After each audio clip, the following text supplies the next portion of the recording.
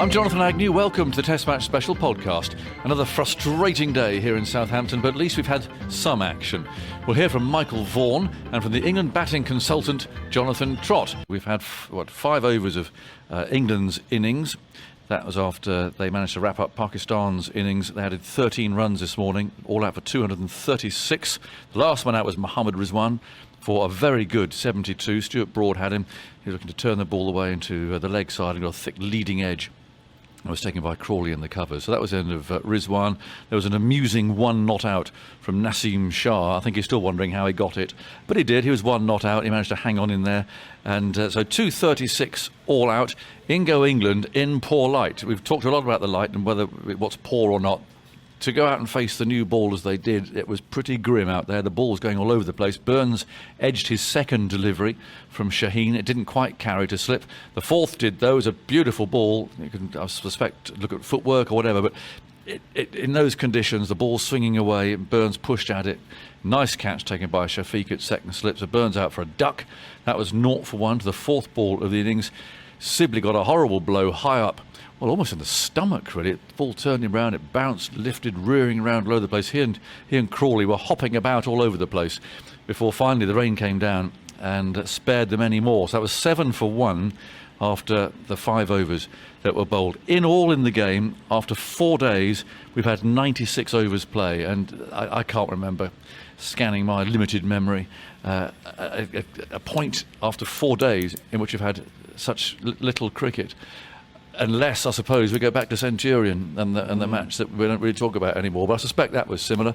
Michael Vaughan, in fact, that'd be a little job for Andy Zoltzman down there to perhaps to keep him busy. He's had a quiet couple of days. He's just got grumpy down there. Wow. What do we say? Well, I think that we must admit now that the power of the media, it doesn't work, because most of our media college in the far, I think it's a shame, worn stand, have been tweeting all sorts about the ground staff and the lack of urgency. We've been talking about it for 4 days. Today, I reckon they've been at their best in terms of lack of urgency. There's been nothing. Maybe there's a ground staff here that don't love the game, because you're absolutely right. For pretty much a couple of hours, the rain has fell, but it's been so soft that there was a period where you just felt, get the super sopper out, get it on the covers, get the water off as much as you possibly can, just to give us a glimmer of hope of potentially 2.5 hours of play. That's not been the case, and the umpires, again, a little bit of a bugbear of mine. It was hardly raining, but they walk across with umbrellas.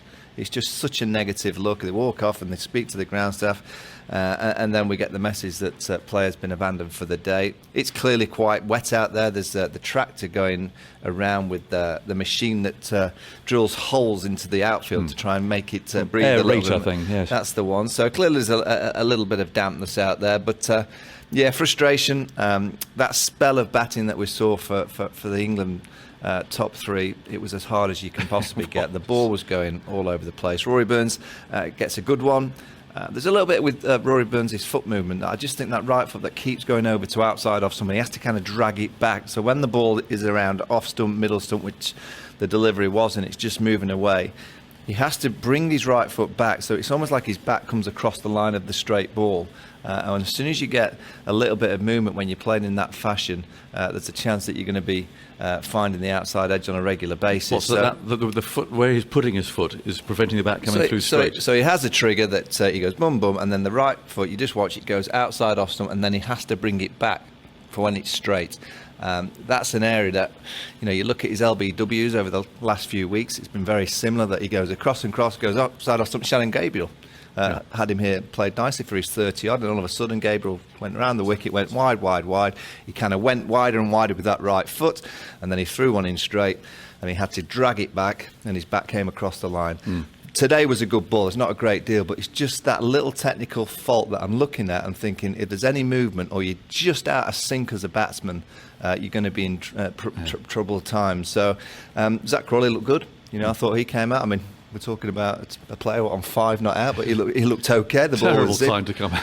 Awful with Mohammad Abbas. I mean, Mohammad Abbas bowls some deliveries. He has it on a piece of string, and it's like hitting the rope, and one nips back and one nips away. But the one that he hit Sibley with, I think it was the first ball he bowled at him, actually. It squared him up. but bowled at about 77 miles an hour. The thing reared. Yeah. It's incredible how he.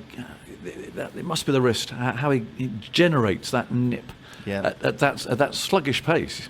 Yeah, I mean, and that ball, we had it on Hawkeye. That ball was bowled just a little bit wide of the crease, and it was angling to go over leg stump, possibly missing leg stump. And you imagine that angle, and then it's just turned Dom Sibley round, and it's hit him on his back hip bone. Yeah. So that's the amount of seam that Mohamed Abbas was producing. I was really excited about seeing England bat because it wasn't going to be easy on a pitch like we saw with that attack. You could quite easily have been 30 or 40 for 5 or 6 with the amount of movement that Pakistan were getting. But I'm sure we'll see some cricket tomorrow. Certainly there's not going to be a result in this Test match. I don't think there'll be any chance that the captains will get together and create a match. That'll be for Friday's third Test match. But whatever we see tomorrow, as a batsman and ex-player, it's not going to be easy. No, but it is fascinating, isn't it? You're right. I was sitting absolutely glued to that passage of play. As an old bowler, you want to see these at the very top, and they are. Abbas is at the top. Shaheen's learning, but my word, he's going to be good. And of course, we didn't see the 17-year-old, unfortunately, but we will tomorrow, hopefully, if the weather's good. But it's contests like that make Test cricket what it is. It isn't supposed to be easy, and that was right on the fringe of almost impossible, with the conditions, with the light and everything else. But to see the bowlers exploiting those conditions, I thought it was sometimes box office. Yeah, absolutely. I mean, sometimes in county cricket, you get conditions that are so tough, and you get bowlers, not quite at the standard of Mohamed Abbas, but he's played for Leicestershire and had a field day playing in the county game. But David Masters at Essex for so many years. Darren Stevens just got his 800s first last week, but. They're the kind of bowlers, when they get conditions, are the hardest to face because they give you no pace. And what you want really is, as an opening batsman in particular, you want a little bit of pace that if you play a shot and he just finds you outside, it flies down to third man for 4, or you just kind of lean on one, it flies for extra cover for 4. Against 78 miles an hour, you have to put all the effort in. You have to make the players a batsman. So that's why they're so difficult, accuracy, skillful. Looking forward to seeing him bowl tomorrow. And also, over the course of the next few days, I think the weather's going to be quite similar. So you look towards the next Test match, which starts on Friday. I think we'll be in for another week where the ball will be zipping around. So it's a week where the batsmen will know that they're technically going to have to be strong and their minds are going to have to be very calm. And just a thought, there is a chance for Pakistan to strike some blows tomorrow ahead of that game. It's not as though, it's a dead day, we suspect, as far as the game is concerned. But there's a lot to be done. And an Englishman, Joe Root, gets some runs, or Zach Crawley gets some runs. The quick bowlers get some wickets. There's still plenty in it. There's never any dead days in Test match cricket. There's always something to play for. Zach Crawley at 3 looked nice. Can he get a score? Joe Root back at number 4, his favourite spot. Can he get a score? Can Pakistan bowl England out cheaply? If they do so, England will be arriving on Friday with a few players with a little bit of negativity. The TMS Podcast from BBC Radio 5 Live. Well, thank you, Michael. Andy Zaltzman, a bit bare of stats, I think, after just 96 overs. What have you found? Well, a stat on shortest Test matches in England in terms of balls bowled. It won't set a record. That was 17.2 overs in the Trent Bridge Ashes Test of 1926. That was a 4-day game. But if there's no play tomorrow, it'll be in the top 5 most pointless games in the history of Test cricket in England in terms of fewest balls bowled. One stat that did come out of today's play, Rory Burns' duck was the 4th by an England opener this summer, which ties the record for most England openers' ducks in a home summer, with the disastrous year of 1989 when England got destroyed by Australia, and there were 4 openers' ducks then as well. A suitably melancholy stat, I think, for the occasion. Thank you, Andy, very much indeed. Well, among those here with the squad this week is the former England batsman Jonathan Trott, who's working here as a batting consultant for these games. And Trott has been speaking with Simon Mann. Well, it's lovely to see you in England colours. Would you have fancied batting out there in this Test match? It's not been easy for the batsman, has it? No, the previous one maybe. I think a little bit tricky, and the conditions today were certainly more conducive, you'd say, to bowling. But I think the guys did well, and there were some good deliveries flying around there, and Pakistan started really well and gave us an insight of how tough it's going to be tomorrow, maybe. Yeah. What about someone like Rory Burns, I mean, you're the batting consultant here. You play, you're here for 4 days, and then you're out for naught. And how do you speak to him, or do you let him just think it through himself? How do you get involved in a situation like that? Well, I think it's important that he feels comfortable in that. I haven't really coached much with Rory Burns, and it's about building that relationship and trust, which is the most important thing. There's other coaches here that have been around for years, but I'd love to chat. I love chatting to him about batting, and I think quite similar in that way. He thinks a lot about his game. He'd be just bitterly disappointed, but looking forward to the next time he gets out there and straps on the pads and bats for a long time for England. Yeah. What do you say to batsmen about batting in these conditions? You just got to play as late as possible and try and get into the ball and not really worry about whether it's going to seam. If it's going to seam, that's going to happen. I think you've got to be in good, strong positions, defence and attack when you want to score. And leave well. That's a crucial thing. Yeah. What about the fact you're not playing very much? How difficult is it for players when they you build yourself up for a Test match and then you hardly play? Yeah, certainly, especially of the excitement and the way the last game went. The guys are chomping at the bit to get at you. We had 2 good days of practice, and it's really disappointing. I know that so much effort's gone into this games from the team up to all the administration at the top of the ECB and the media. So we're bitterly disappointed not to be able to play and play in front of the nation. But the guys are working extremely hard. They've been in the nets today, they've been in the indoors, and ready for tomorrow. What about your role? Tell us a bit about your role. Batting consultant, what does that mean? I'm trying to figure it up as I go.